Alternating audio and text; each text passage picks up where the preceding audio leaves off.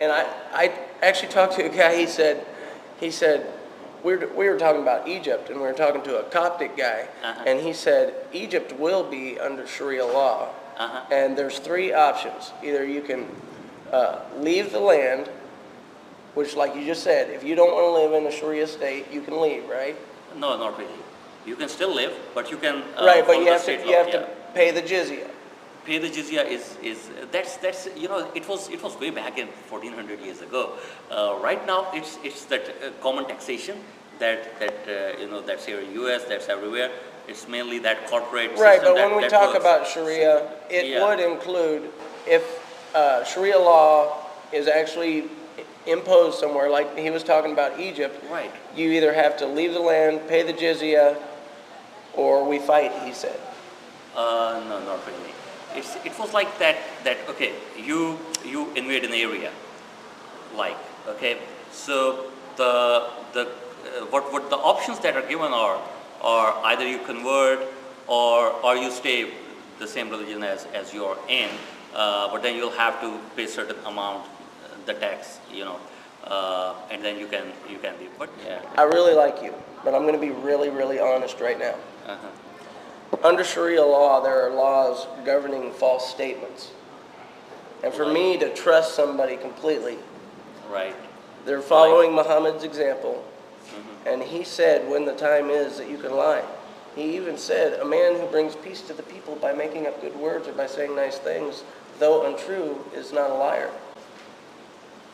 Well, this is the sunnah. This is the sunnah of Muhammad, right? I would say that if you have to, if you can save a life with that, or if you can, or a man and a woman to smooth over differences, or at war. Yeah.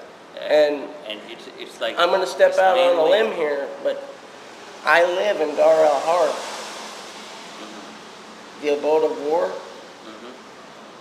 So I'm breaking this down as simple as I can. I believe that anybody who truly knows Muhammad and thinks he's a great example can lie to me.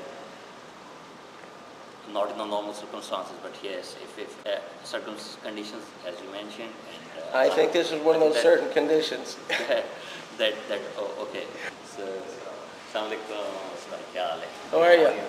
Josh, nice to meet you. Hassan. So, you know what the Sunnis always tell me when I tell them they're using taqiyya? They always tell me, only Shias do that. Yeah. You ever heard that? Yeah. Is that true? Only Shias do that? Yeah, only Shias do that. Yeah. That's right. Yeah. So yeah, I mean I gotta tell you, man, that's funny. Yeah. It is. You can opt not to do that. It's not first though. It's not something that's off the gateway in religion. So you can opt not to do that as well. So that means inside of that masjid, we could establish Sharia for the things that we do, not the neighborhood. The last thing, if you wanted to be kicked out of my neighborhood, go around and tell everybody you can't drink, you can't get high, you wouldn't last an hour, right? That's Sharia. That's true. But here's what we do. You know what? Here's what we do. Sharia can't come fast. It's got to come slow. Of course. But here's what we're talking about: Sharia in our personal lives, not in the society life.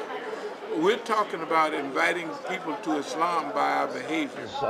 June 8th, 2002. Your words. Let's roll the tape.